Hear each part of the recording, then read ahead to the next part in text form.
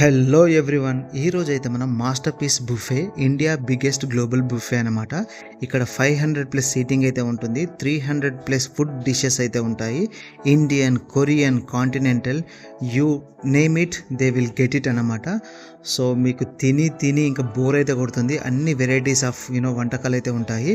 ఇది ఇంతకెక్కడ అనుకుంటున్నారా? Gachibowli pristine prime మాల్లో 4th ఫ్లోర్లోనైతే ఉంటుంది.